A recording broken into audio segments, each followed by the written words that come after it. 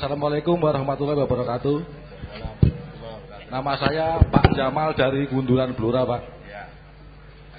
Ini saya punya buku Aliran dan Paham Sesat di Indonesia. Ini pertama itu saya mau buka itu deg-degan, Pak. Deg-degan saya begini, Pak. Jangan-jangan nanti itu MTA masuk di sini lah, itulah saya deg-degan itu.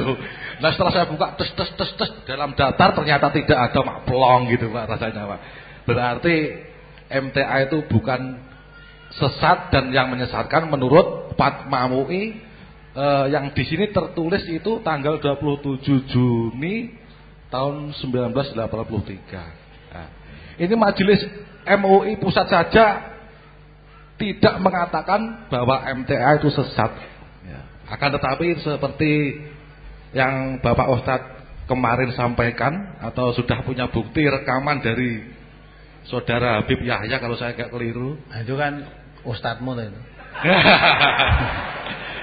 Ketelepon tidak, Pak. Tapi mungkin saja dia juga mendengarkan walaupun dadanya sesak dan telinganya panas ini juga mendengarkan, Pak.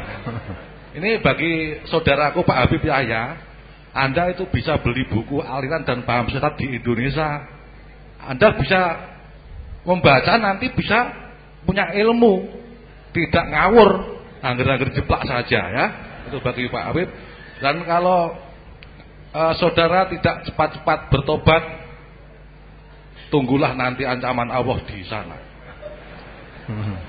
Nah ini yang saya tanyakan, Pak. Ini banyak organisasi Islam yang di sini dan dinyatakan sesat oleh MUI. Akan tetapi kok sekarang itu masih saya lihat di plang-plang itu ada yang di sini gitu, Pak. Nah ini bagaimana ini, Pak?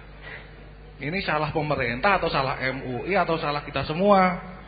Nah ini mohon penjelasan. Mungkin ya nggak mungkin ini kelihatannya yang saya dengar itu Pak Ustadz sudah dekat dengan MUI, mungkin Pak Ustadz bisa menyarankan untuk menggelar namanya apa itu ya? Nah rapat pleno itu loh Pak. Apa kok rapat pleno?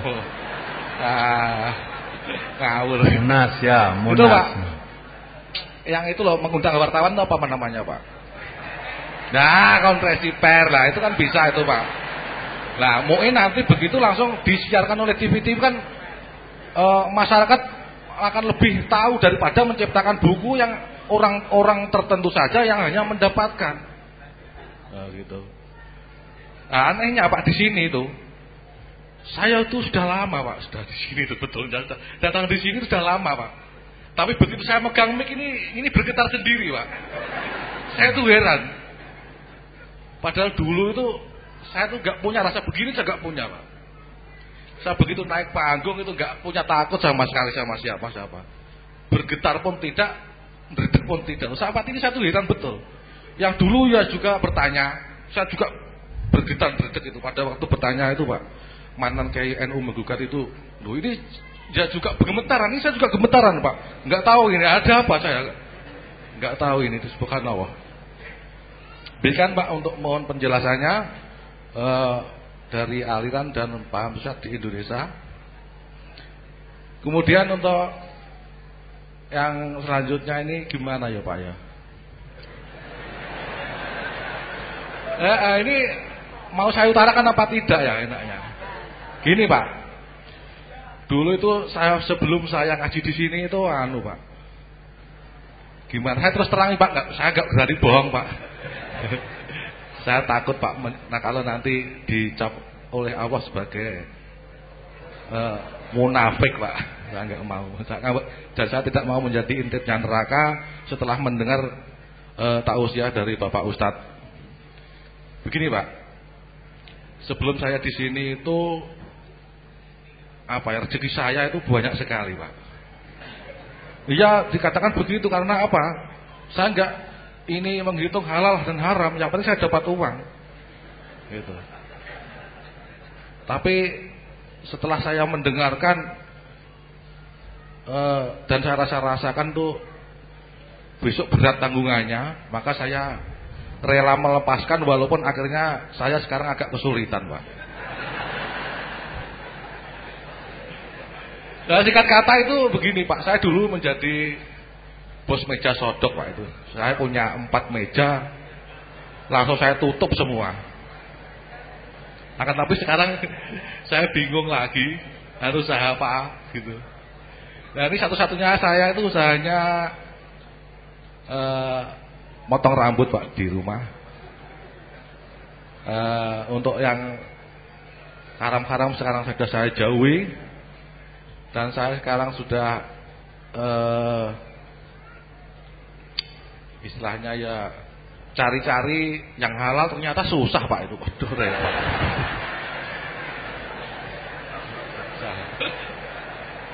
Gimana ya, Pak, ya? Cari uang yang halal, yang banyak itu mohon sarannya bagaimana. Saya ini belum tahu caranya ini kelihatannya, Pak. Mungkin dari angan-angan sudah ada tapi mau saya gini nggak ada modalnya. Gimana? Gitu. Lalu mohon sarannya dan mohon doanya untuk binaan di Kunduran, Pak. Semoga istiqomah. Demikian saja dari saya. Atas saran-sarannya saya ucapkan terima kasih. Wassalamualaikum warahmatullahi wabarakatuh. Waalaikumsalam warahmatullahi wabarakatuh. Jadi perlu saya ketahui ya, mengapa itu ditulis oleh MUI aliran sesat. Tapi nyatanya masih banyak yang ditunjuk oleh MUI aliran sesat itu masih beraktivitas. Ya. MUI itu sendiri itu tidak semua orang mau. Umat Islam ini seperti MUI mengharamkan rokok. Itu umat Islam banyak yang menentang juga. Kan itu kan? Nah, ada lagi MUI memberantas, melarang, yang dulu usulnya itu malah apa itu? Anti pornografi. Tapi umat Islam malah banyak yang mendukung pornografi. Ya, pro. Jadi pro. Kalau MUI demonya waktu itu anti pornografi. Tapi ada orang Islam yang malah kiai juga, hak asasi manusia pornografi bebas, boleh. Nah, itu kan? Gitu. Ya, kalau menurut akal manusia gitu. Lain kalau MUI tidak mungkin akan mengatakan MTA sesat. Kalau sesat dia di mana-mana meresmikan. Meresmikan MTA. Setiap peresmian MTA mesti dari MUI pusat yang meresmikan. Ya, kemarin di Jawa Timur, kemarin di mana itu, Purwokerto, semua MUI. Nanti di Bali, kemarin di Bali itu, ya, juga dari MUI. Besok tanggal 3 Februari di Banjarbaru, Kalimantan, juga dari MUI, ya, dari MUI. Nah, tidak mungkin, jadi MUI, walaupun MUI sudah memfatwakan sesat-sesat. Tapi mengapa pemerintah masih memberikan? Ya, karena di negeri kita ini, wong aliran salah gitu. Di Indonesia ini aliran kepercayaan saja dilindungi kok. Aliran kepercayaan itu dilindungi. Kebatinan itu aliran kebatinan dilindungi di Indonesia. Maka agama apa saja, aliran apa boleh di Indonesia ini. Sebetulnya itu juga sesuai dengan tuntunan Islam kan, jangan dipaksa. La ikraha fiddin kata baina rusdu minal ghayy. Habis kalau memang dia kepercayaan ke situ, ya, apa mau dipaksa? Apa dipaksa? Nah, enggak bisa kan? Nah, kemudian karena ada undang-undang hukum yang berlaku, semua bangsa itu Indonesia ini lah PKI dulu kan, semua harus beragama. Ya aliran sesat, aliran kepercayaan itu mestinya tidak boleh, karena terus kalau dia tidak pakai agama, agamanya apa? Ya akhirnya mengaku agamanya Islam, tapi kepercayaannya ya masih menurut dari klub kuwi ya. Nah ditekoni agama ya Islam. Nah, ini ngarep digawe ngitung beton, ngarep digawe nyang kuburan, dan macam-macam itu tadi. Bagi agamanya Islam, padahal itu dalam Islam sama sekali tidak dikenal. Nah, bebas gitu. Maka Walaupun dikatakan oleh MUI aliran sesat tapi masih sudah berkembang, pemerintah tidak melarang, tidak menghentikan karena memang MUI bukan pemerintahan. Dan oleh pemerintah Indonesia itu semua memang termasuk undang-undang yang membolehkan gitu. Undang-undangnya membolehkan aliran kepercayaan. Nah, Ahmadiyah itu dinyatakan oleh MUI aliran sesat. Oleh kita pun yang menyatakan yang sesat, tapi masih jalan.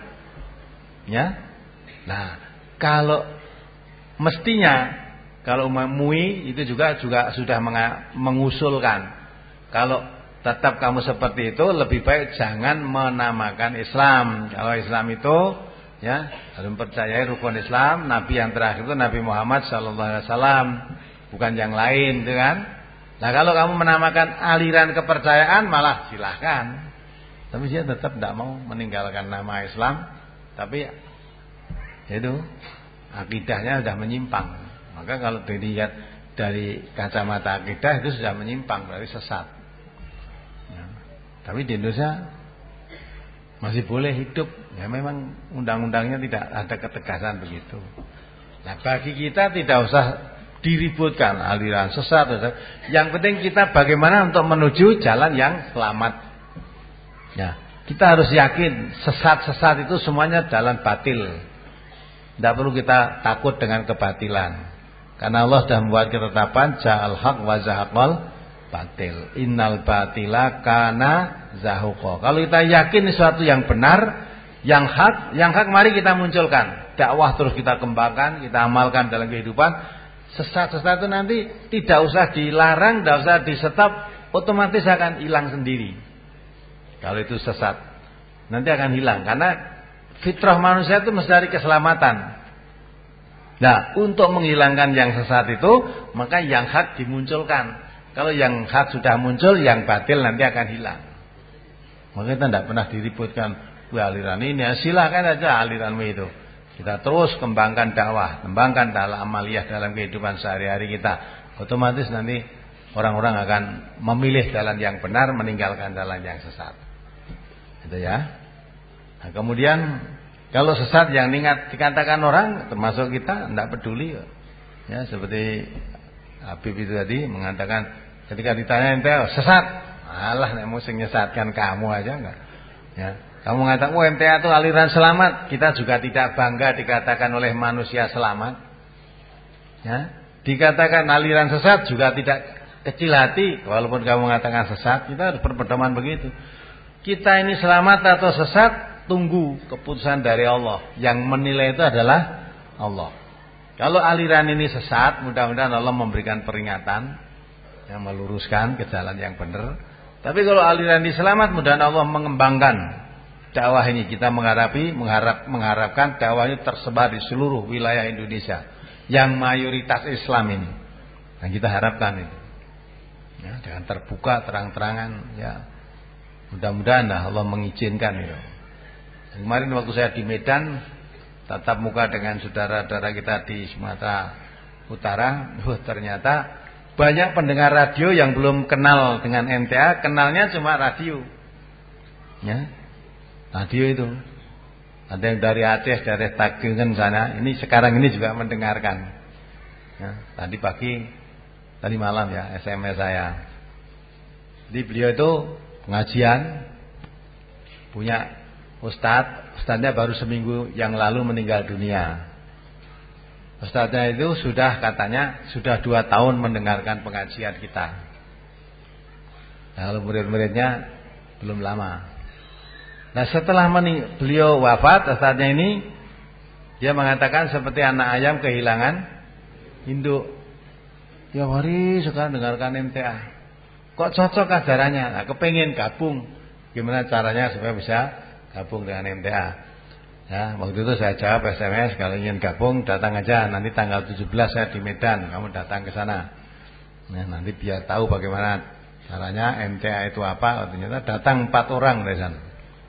Datang ke sana. Di sini tadi SMS bahwa ustadznya dulu sebelum meninggal sampai sekarang dia kan sudah punya lahan 1 hektar atau berapa itu. Dan ada bangunannya, pesan waktu belum meninggal itu pesan. ya, supaya ini nanti dikelola oleh MTA. Ya, padahal kenal pun belum, tapi sudah pesen dikelola oleh MTA. Nah, terus maka kamu datang ke sini supaya tahu, tidak ragu-ragu bagaimana. Saya tidak ragu-ragu Pak Ustadz, saya poin dengan MTA sudah mantap. Iya nih teko kene sik. Kalau kamu di sini 1 bulan dan nanti biaya hidup kamu yang nanggung, wis ora usah bayar di sini 1 bulan. Nanti tahu MTA itu apa. Baru kamu nanti terus dibuka apa tidak, diteruskan apa tidak. Kalau tahu-tahu kamu terus serahkan MTA, kamu nanti kecewa kan, jadi repot di belakang. Kita tuh diserah itu tidak senang, tidak. Penyerahan itu akhirnya amanat, harus bertanggung jawab. Maka kalau kita sudah inna sholati wa nusuki wa mahyaya wa mamati lillahi rabbil alamin, ya dah? Udah. Karena kamu mengatakan saya sesat, silahkan. Mengatakan selamat, silahkan. Tapi yang kami harapkan bagaimana Allah menilai kita ini. Nah, penilaian Allah itulah. Maka kalau itu ditulis buku, ya, mengapa tidak diadakan konferensi pers, malah lebih baik buku. Pers itu hanya sekali dimuat, dah selesai. Hilang besok. Kalau sudah jadi koran bekas, sudah untuk buntel apa-apa itu. Lah kalau buku kan malah akhirnya akan terbaca, termasuk saudara akhirnya akan membaca. Orang ngira nek bakal. Tapi kalau itu dikorankan, tanggal pira wis entek saiki tidak ada. Maka karena itu buku dijual umum, nah, saudara mau beli buku. Dan banyak sekarang orang yang agama itu kepingin tahu dasarnya banyak. Udah beli-beli buku, orang mau taklid ngrungokke kiai ini mengatakan boleh, mengatakan tidak boleh, tidak. Enggak, sekarang orang udah pinter-pinter. Maka sekali mau dielek-elek kita enggak usah kecil hati. Kita harus punya keyakinan. Orang tuh kalau biasanya suka ngelek-elek orang, itu tandane wong elek. Iya. Tandane wong elek suka ngelek-elek orang. Ya. Dan kalau memang barang itu becek, baik, dielek-elek tetap apik gitu loh. Tapi kalau memang barang itu elek, diapi-api ya tetap elek. Udah toh titeneno kan gitu. Kamu memuji-muji barang yang jelek wis dilem nganti sundul langit, tetap jelek nanti. Nah. Tapi sing elek-elek ya toh, sing apik kok dielek-elek terus, tetap itu dicari orang. Itu sunatullah berlaku. Coba dibaca surat Ar-Ra'd. Ya. Ayat 17 itu.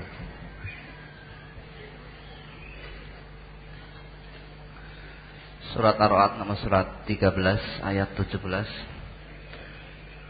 Anzala minas samaa'i ma'an fasalat awdiyatum biqadariha fahtamalas saylu zabadar rabiyah wa mimma yuqiduna 'alaihi fin nari ibtigha'a khilyatin aw mata'in zabadum misluh kadzalika yadribullahu al-haqqa wal batil falamma zabadu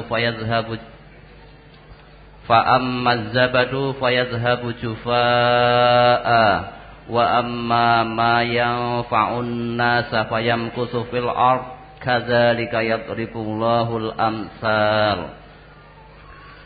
Allah telah menurunkan air hujan dari langit, maka mengalirlah air di lembah-lembah menurut ukurannya. Maka arus itu membawa buih yang mengembang, dan dari apa atau logam yang mereka lebur dalam api untuk membuat perhiasan atau alat-alat, ada pula buihnya seperti buih arus itu. Demikianlah Allah membuat perumpamaan bagi yang benar dan yang batil. Adapun buih itu akan hilang sebagai sesuatu yang tak ada harganya. Adapun yang memberi manfaat kepada manusia, maka ia tetap di bumi. Demikianlah Allah membuat perumpamaan-perumpamaan. Paham enggak itu? Ada notnya enggak? Allah mengumpamakan yang benar dan yang batil dengan air dan buih, atau dengan logam yang mencair dan buihnya. Yang benar sama dengan air atau logam murni, yang batil sama dengan buih air atau tai logam yang akan lenyap dan tidak ada gunanya bagi manusia. Ya, itu kan? Allah membuat perumpamaan yang hak itu seperti logam atau air murni tadi. Yang batil seperti buih. Ketika air banjir itu mengalir ke bawah ke lembah-lembah akan ada buihnya. Ketika orang merebus logam, ini Pak. Ayat ini, ada. Ini Pak, siapa itu sudah. Ini tukang merebus logam ini. Di Batur sana. Kalau logam direbus, nanti menjadi cair, keluar buihnya. Iya Pak ya? Keluar buih. Ketika buihnya keluar, logamnya kelihatan enggak? Ya? Buihnya kelihatan, logamnya. Nah, kelihatan juga logam gitu. Nah, Allah perumpamaan itu. Jadi kalau logam direbus jadi cair itu, buihnya kelihatan, logamnya enggak kelihatan. Tampaknya dah buih itu, tampaknya air dan buih kok. Ya? Tapi apa orang membutuhkan buih? Tidak.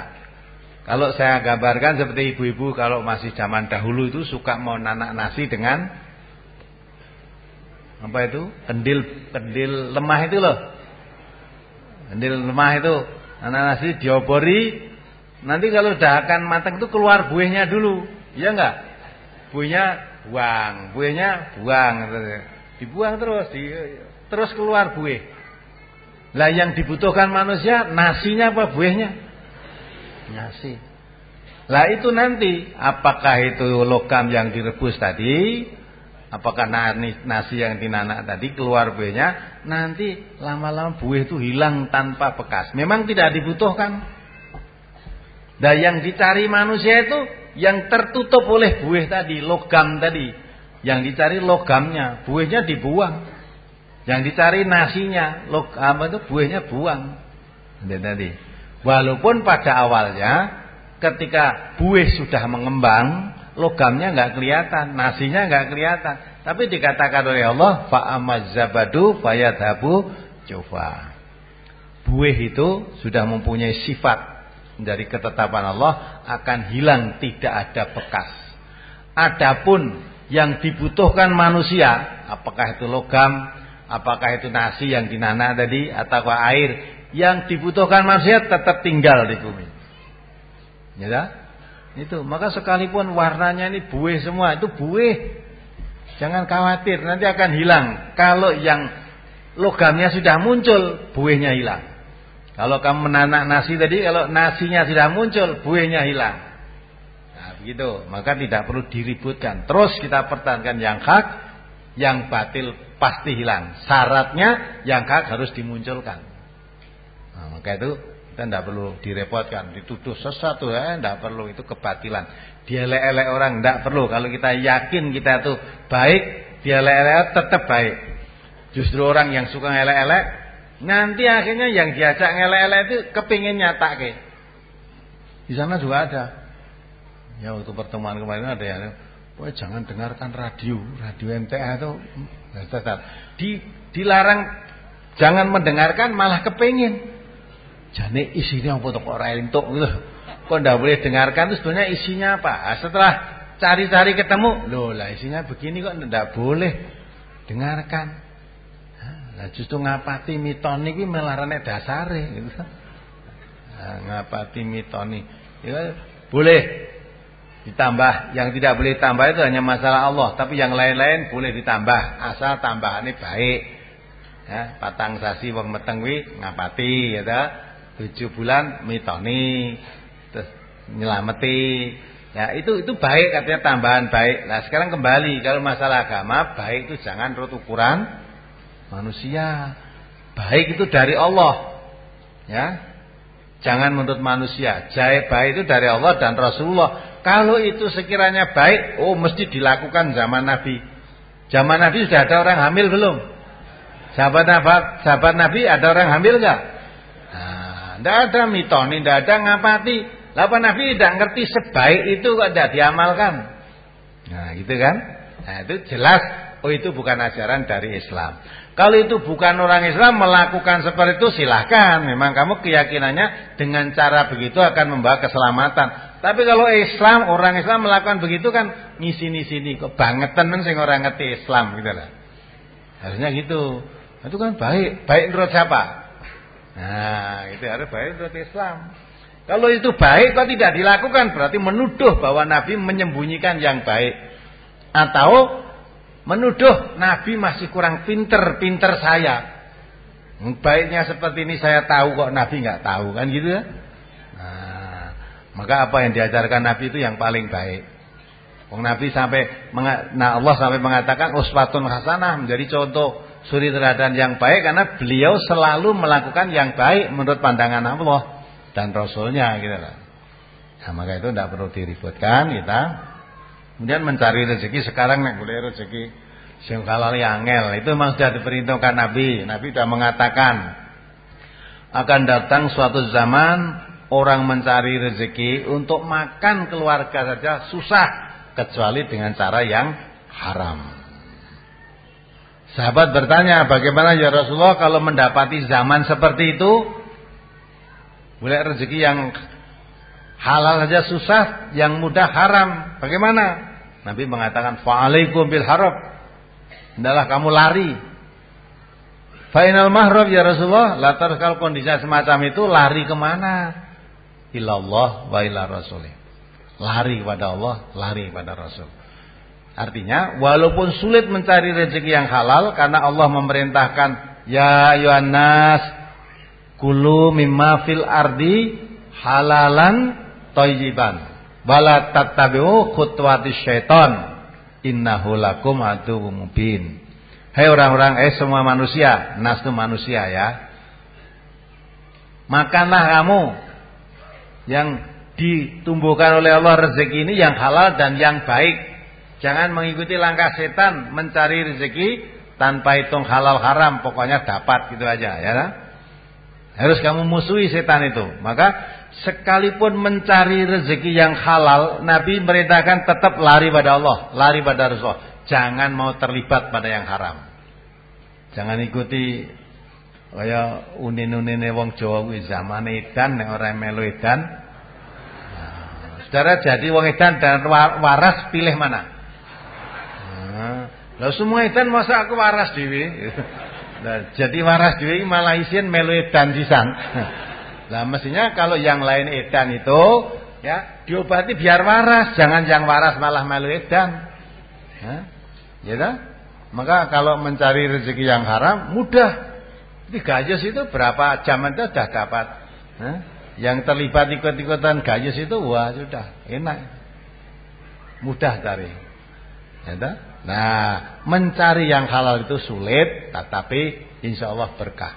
Rezeki yang halal walaupun ibaratnya jatuhnya tetesan bun itu berkah, membawa kecukupan, membawa ketenangan.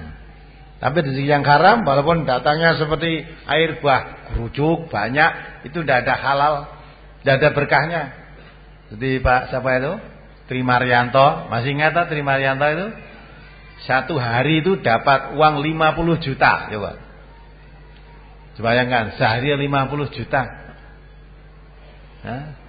Kalau guru itu 50 juta dapat berapa hari itu?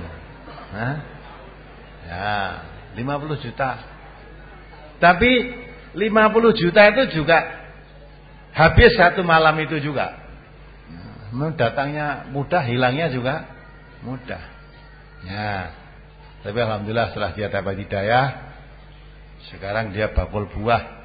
Wah, dulu orang bakul buah karena muteri apa itu cap zikia. Ya kan cap zikia katanya bisa ngitung dia cap zikia. Sing metu ini kalau mau yang keluar mau ini dirubah angkanya 1 dan tidak jadi keluar. Untung tok dia. Maka 50 juta sehari. Setelah itu tinggalkan, sekarang bakul buah. Diwangi rekoso, terus keringet ya. Alhamdulillah Allah sudah memberikan jalan. Nah, nambah sedikit, nambah sedikit. Ya. Tadi tidak hanya cuma potong rambut saja Pak. Saya juga nilai pelek sepeda motor, bengkel sepeda. Sekarang saya jual kompor gas dan regulator dan bisa menservisnya. Kemudian juga saya menyewakan mesin dos. Nah ini saya takut nanti saya berbohong gitu nih saya sampaikan gitu Pak. Iya bagus itu. Demikian. Terus itu gini Pak, sebelum saya ngaji di sini tuh pelanggan saya banyak Pak. Itu loh. Tapi setelah ngaji di sini itu banyak yang tidak datang karena saya ikut MTA gitu Pak. Enggak apa-apa. Nah gini Pak, kan ada yang potong itu kan ada pembicaraan saya tentang agama gitulah. Saya sampaikan walaupun satu ayat Nah, terus dia nggak kembali lagi, itu gimana ya? Jadi sekarang itu pelanggan saya kurang banyak sekali gitu Pak. Biasanya tuh paling sedikit tuh 10 ke atas. Sekarang itu gimana gitu. Ya mohon doanya saja untuk saya Pak Ustadz. Terima kasih. Terus yang penting kokoh, percaya kepada Allah, tawakal ala Allah. Yang memberi rezeki bukan tetanggamu. Yang beri rezeki itu siapa? Allah. Itu saudara kita yang di Bluro, Telogo, pimpinan cabang Telogo Wonogiri itu tidak sekedar itu, dia usaha angkutan, ya. Orang tidak boleh naik mobilnya dia buat warung, tangga-tangga nggak boleh beli di warungnya dia. Maksudnya kan biar mati gitu tuh. Nah, biar nggak boleh. Nah, itu udah cara-cara apapun ditempuh mereka. Ya sudah, akhirnya Allah memberikan jalan. Ya, jalan nyatanya sampai sekarang ya masih hidup, masih bisa jalan. Perkara agak sulit, tetapi terus selama kita itu menempuh jalan Allah, tidak mungkin Allah tidak akan memberi rezeki. Allah memberi rezeki. Yang penting itu rezeki itu tidak perlu banyak, yang perlu cukup. Ya enggak? Nah, kalau kamu banyak nggak cukup, lebih baik sedikit tapi cukup. Maka yang penting rezeki cukup itu cari berkahnya. Jangan banyaknya aja dihitung. Ya. Nah, itu maka itu yang diartikan tawakal Allah. Sudah dakwah sampaikan, perkara tidak mau kembali nanti dia akan mikir-mikir. Lah untuk dakwah saudara, kalau jual, dagang dan sebagainya jujur, dakwah itu jujur. Ya, kalau ndandani kompor gas atau ndandani apa, jangan mau rusak silita ya, terus ganti silita. Dari Allah mong sil ora sah kan. Ora kok jane ganti sil ndak, wah tolong dino iki. Angel iki. 3 hari angel Pak, barang danu bae mau ganti sil. Tinggal tolong dino supaya ketok angel gitu loh. Bro, nanti narik ongkos mahal karena angel. Bareng dititokane wala mau ganti sil. Nah, lagi itu tinggal lari nanti. Maka Nabi kita berpesan, cari rezeki itu yang mengejar kamu. Jangan kamu mengejar rezeki. Rezeki kalau kamu kejar lari.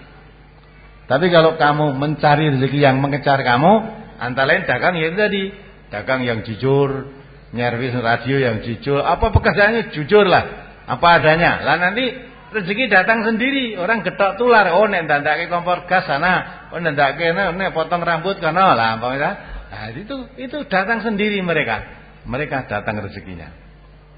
Kamu harus apa itu? Berbangga, ya. Jadi orang dipercaya motong rambut orang itu. Siapapun mesti tunduk Pak dengan kamu.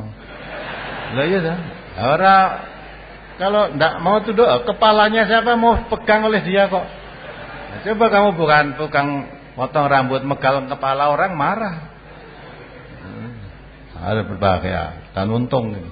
Dah disyukuri insyaallah dengan begitu berkah. Kamu dulu uang banyak berlimpah ruah. Tapi nyatanya kamu nggak ngerti jalan yang benar, ngaji aja nggak tahu, keinginan saja nggak ada gitu loh, ingin ngaji aja nggak tahu, apalagi menghitung padahal uangnya banyak loh ya, ngitung dari Bluro, kunduran Bluronya ke sini tuh biayanya berapa, mesti mau hitung terus. Tapi setelah sekarang penghasilannya sedikit, datang ke sini rasa dihitung, jalannya tekan, ya neng terus dilalah, ya. Ya ada terus. Lagi 1 hari kamu dapat 10 kepala dah berapa? Atau rambut 5.000 bedanya. 10 kepala dah 50.000 1 hari. 1 bulan berapa? 1 minggu berapa? Datang ke sini walah orang nanti kepala 10 rene. Udah, pokoknya tawakal ala Allah. Insyaallah Allah akan memberikan semuanya. Ya. Cukup ya? Mari kita akhiri. Alhamdulillahirabbil alamin. Allahumma wa bihamdika asyhadu an la ilaha illa anta astaghfiruka. Assalamualaikum warahmatullahi wabarakatuh. Nah, demikianlah para pemirsa semuanya pembahasan kita untuk pertemuan kali ini. Semoga dapat menambah hasanah ilmu yang kita miliki. Wassalamualaikum warahmatullahi wabarakatuh.